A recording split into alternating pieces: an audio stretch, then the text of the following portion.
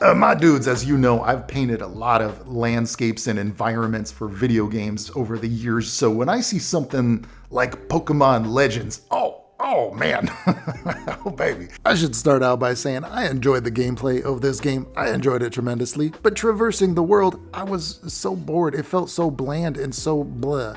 So I decided to do some paint overs. And that's exactly what I'm gonna do today. So basically I took a screenshot of one of the areas that I felt like, oh man, this is just really bland, really plain, an example of what would essentially be almost like a gray box in game development. When you're a concept artist working in games, sometimes the designers will give you this very basic plain geometry that just shows the gameplay space and a couple of like key interactive elements, and it's your job to beautify that, to make that a creative, exciting, and interesting world that the player would want to explore. So some of the things that I'm looking at are just defining the trail a little bit more. I think that would really help to make it look more crafted. You could add some signposts that kind of show that, yeah, there's towns around there. There's like posts on the side of the trail that imply like, yeah, you know, people do travel carts down this road from time to time. Even just some more interesting looking painted rocks in the scene, in the environment, could make it feel a little bit more crafted. You know, just about anything to make the world more interesting, I think would help, man. There's just too many very boring, plain areas here. Even the shapes of the rocks and the mountains are just blah. But this is Pokemon, man. It should be crafted. It should feel like artists got their chance with this one. And unleash the artists, man. That's what I'm calling for here. That's what I'm saying. I also want to say, I'm not, I know I'm going to ruffle feathers even just talking about Pokemon. But this is all in good fun, and it's just something that whenever I see something that's a little bit like, not as good as I would like it to be, I feel like I want to understand, so that I can understand my own tastes better, I will dissect it and go, well, this could be better here, or that could be better there. And this is the exercise. This is the kind of practice that if you want to be a concept artist, which is what I do, it's what I teach, it's been my profession for 20 years. If you want to do this line of work, more just that you should be doing this with everything. So like if you, instead of just being one of those armchair quarterbacks that says, oh, I hate the new look of that video game, do something about it. Prove it. Do a paint over that shows why it could be better and how it could be better. You see, I feel like we live in a time when it's just so easy for anybody without any actual understanding of how these things work, how games are made, can go on a 50-minute rant on YouTube and it'll get millions of views, but they have no ability to back it up. None whatsoever. I'm actually backing it up, man. And I think that would be a thing to encourage you to do if you think that you could do a better job than what you see in the game. And I would encourage you, if you have any old game, maybe a PS2 game, so take a screenshot and actually paint over to show like how you would make that environment more interesting. Now, some of you Pokemon fanatics out there are going to say, Trent, you're not being fair. This is the Switch. It's not that powerful. Well, guess what, man? They also had Xenoblade Chronicles on the Switch, and that looks pretty good. There's a lot of games that look really good on the Switch, man. You can't use that as an excuse. And also, there are many low poly games that look absolutely freaking gorgeous, okay? A good character design does not necessarily require more polygons or more processor speed. Good environment design does not require a more powerful machine. You don't need a more powerful computer to make a more engaging story either. And concept art is all about good storytelling. Like for instance, even these, they're kind of generic, but even these rocks with the big holes in them, I mean, that's something interesting. It's like, well, were they hollowed out that way? Is this a magical land? Are these gravestones? What are they? I mean, it implies a kind of a question. And that's the thing that's missing, like from the world of Pokemon Legends. I mean, there's so many missed opportunities where you could have had like some old hermit that, built this little kind of a housing inside of a cave. And he's got all these structures and things that he's built to create traps. Or there's like that old ruin where it's like an old building that's fallen apart, and that's where these particular type of Pokemon are living, like integrating the gameplay and integrating the story into this sort of cohesive, lived in, believable, I want to live there kind of a world would be exactly what I try to infuse into all the games that I work on. And yeah, sure, a lot of this is just taste. It's like, yeah, sure, I'd love to see a little bit more of a lived-in world for a game like this. It's just a little bit heartbreaking that they haven't done it yet. They're always 20 years late, man. Sometimes having good competition is the best thing for you. I remember working on World of Warcraft, and we didn't even really feel like we had competition. Like, when we did Burning Crusade and Wrath of the Lich King, that seemed like, yeah, well, we really got to step it up and like define a whole new target for what a DLC for a game, an expansion pack could be. But after that point, we didn't really have that feeling. So good competition breeds better product. It breeds like more effort. And I would hate for anyone to think that I'm bagging on this game, because I'm only talking about it because I actually care. Like I enjoy the Pokemon games. It's something that my wife and I play whenever they have like a nice jump. I think we skipped the last ones, Pearl and Diamond, the new remakes. But when this one came out, the gameplay looked so compelling and interesting because it was finally what seemed like almost like an ecosystem. Like I wanted to go out and see the Pokemon in their natural environment.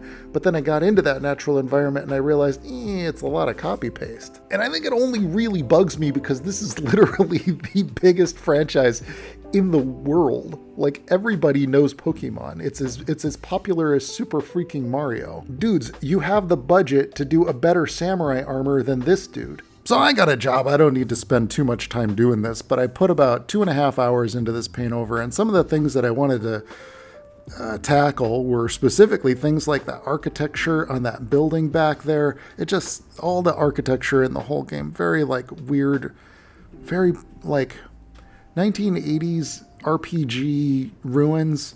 Instead of like, it just looks like a coliseum, but some of the characters are wearing knight armor and some are wearing like ninja gear. So is this Japan? Is this, there's no cohesive like embracing of of cultural themes or stylistic architectural themes throughout, any kind of consistency to tie it to any kind of a story. And that just seemed so disconnected to me. It almost seemed like somebody went through random Legos and went plop, plop, plop, plop, plop. Man, we'll just mix these together, whatever, because we need a building. Well, no, it's not just a building. This is a freaking important building. So yeah, I am a game developer and I'm marking all these things as notes in my own brain to like go, hey, you know what?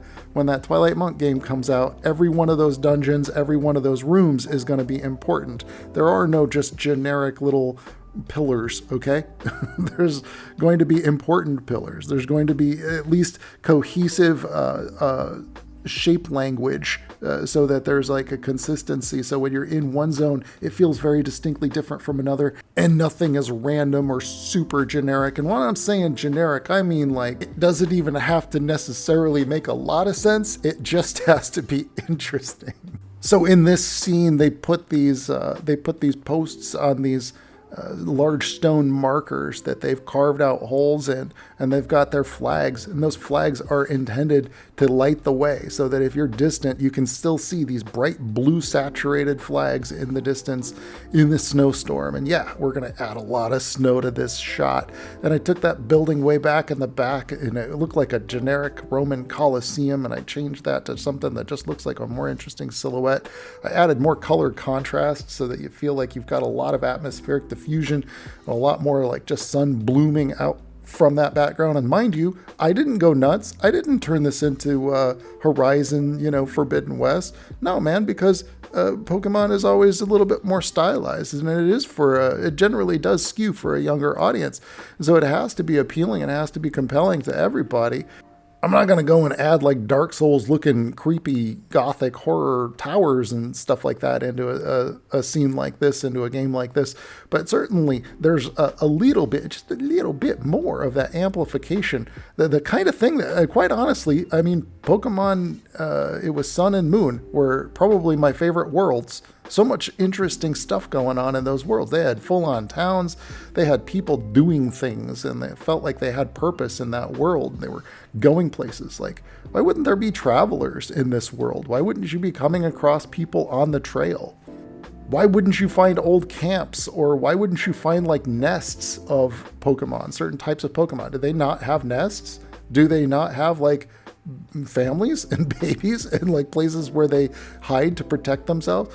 Bah, you know, this is just the way my brain thinks, and it's what I hope for future Pokemon installments. At least at some point, you know, I do hope that they go nuts with the ecosystem aspect of it, but maybe that's like a whole new thing. Maybe that's not Pokemon at all. Maybe that is something where somebody needs to come along and create really strong competition for them. Because sure, maybe I overthink it because, you know, I don't usually work on like kids games, and I don't even want to say, like, I don't think Pokemon is like a kids game. I think it's like an all ages game. And I don't think the audience is that dissimilar from the audience that plays Zelda. And I love when I find a game like this that I really enjoy the gameplay, but I feel like I want to give it an artistic touch of my own taste. I love that. I appreciate that. I don't want you even for a moment to think I'm bagging on this. I just want hopefully I can lean things into a little bit more of a conversation. I've had a little bit of influence on games, okay? Just in general. I know people from Nintendo watch my channel and things like that. So yeah, sure. You know, hopefully as a gamer, you know, I could get myself a Pokemon that has those things. If not, that's okay. I had fun thinking about it. I have fun doing these kind of things. And I also, the real reason why I wanted to make this video is that I wanted to encourage you, if you're artists, and a lot of you are, a lot of people that follow my channel are artists, and you're like, well, what do I work on? How do I get better at doing concept art? Well, this is a really good way to practice that, something that you can work on. And I've also done real-time breakdown with a lot more detail of my thought process in my landscape painting workshop volume 2. That is lessons 11 through 20. I put a lot of work into these landscape painting tutorials, and they're designed for beginners to pros, and they're designed to speed up your process, to help you to think more efficiently. And there are a lot of techniques that I've designed over the last 20 years, you know, to just do this kind of painting in a matter of a couple of hours. Those videos are fully real time, and I've spent hours upon hours narrating and explaining how to create every custom brush and how to use every secret dirty trick that I use in the digital programs that I use. Yeah, it'll work with Photoshop, it'll work with Clip Studio Paint, it'll work with Procreate. So that's it for me, dudes. Don't forget to subscribe and leave your questions and comments below, and I'll see you next Friday. Ciao, baby. Oh yeah.